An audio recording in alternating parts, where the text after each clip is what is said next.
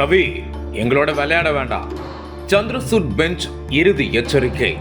இந்த ஒரு நாள் உங்களுக்கு டைம், இல்லைனா என்ன நடக்கும்னு பாருங்க. பொன்முடி விவகாரம் பொளந்த உச்ச நீதிமன்றம்.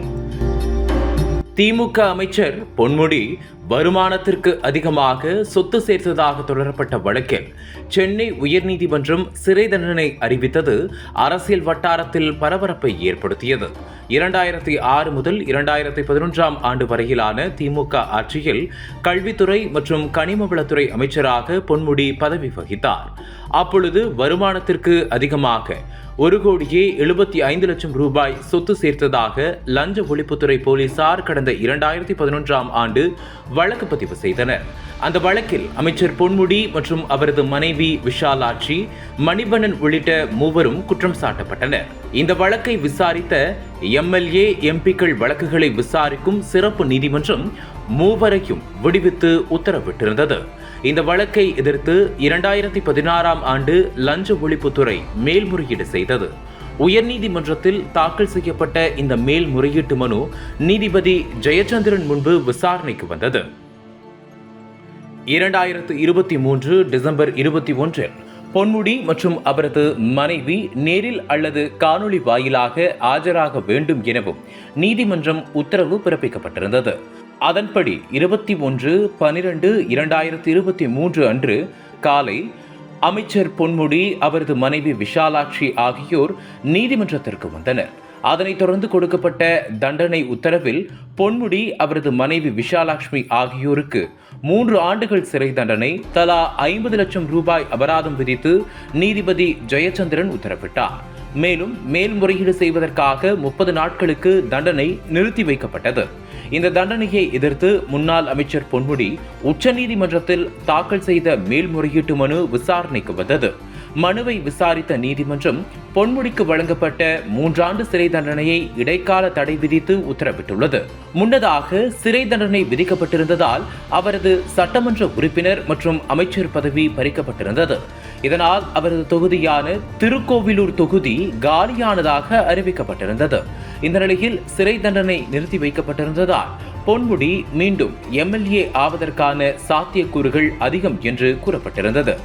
இதன் காரணமாக மீண்டும் பொன்முடி அமைச்சர் பதவி ஏற்பதாக தகவல் வெளியாகியிருந்தது. ஆனால் பொன்முடி பதவி ஏற்பதாக இருந்த 14ஆம் தேதி ஆளுநர் டெல்லி புறப்பட்டார். இதனால் பதவியேற்பு காலதாமதம் ஆகும் என எதிர்பார்க்கப்பட்டது. ஆனால் கடந்த 17ஆம் தேதி தமிழக முதல்வர் மு.க. ஸ்டாலினுக்கு ஆளுநர் ரவி எழுதிய கடிதத்தில் பொன்முடி வழக்கில் உச்சநீதிமன்றம் தண்டனையை தான் நிறுத்தி வைத்துள்ளது, அவரை குற்றவாளி இல்லை என்று தீர்ப்பளிக்கவில்லை. திருக்கோவிலூர் தொகுதிக்கு சட்டமன்ற உறுப்பினர் இல்லாமல் இருக்கக்கூடாது என்பதற்காக இந்த தீர்ப்பை வழங்கியிருக்கலாம் என தெரிவித்துள்ளார். இச்சம்பவம் தமிழக அரசியல் வட்டாரத்தில் பெரும் பரபரப்பை ஏற்படுத்தியிருந்தது. ஆளுநருக்கு எதிரான இந்த மனு உச்சநீதிமன்ற நீதிபதி டி.ஒய். சந்திரசூட் அமர்வில் இன்று விசாரணைக்கு வந்தது.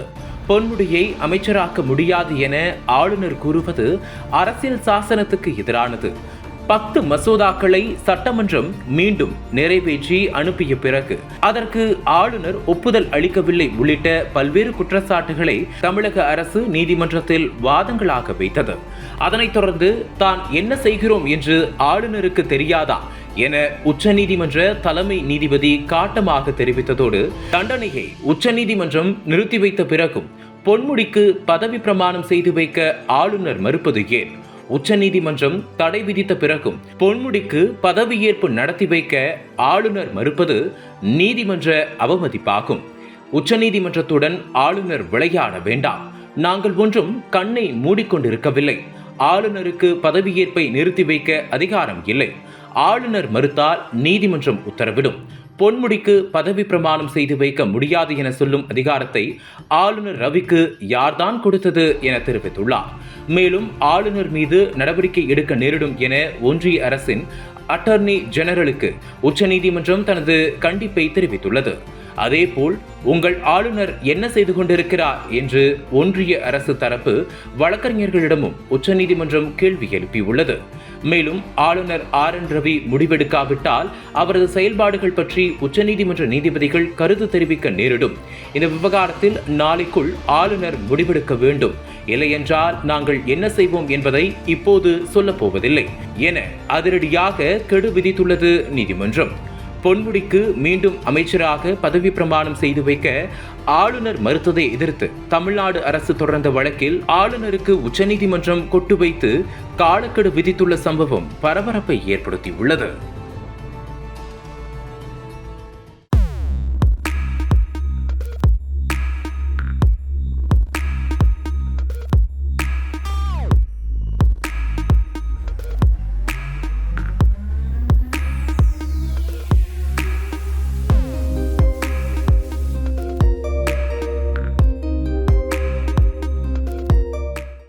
ஆசிரியர்களுக்கு நண்பனாகவும் மாணவர்களுக்கு ஆசானாகவும் திகழும் தேர்வு வழிகாட்டி. ஒவ்வொரு பாடத்திற்கும் அனுபவமிக்க ஆசிரியர்களின் துல்லியமான தெளிவான விடைகள். CNC இருக்கு, தேர்வு பயம் எதற்கு? இது தீரன் பப்ளிஷிங் ஹவுஸ் விற்பனை வெளியீடு. நக்கீரன் டிவிக்கு சப்ஸ்கிரைப் செய்யுங்கள். உங்கள் ஆதரவே எங்கள் பலம்.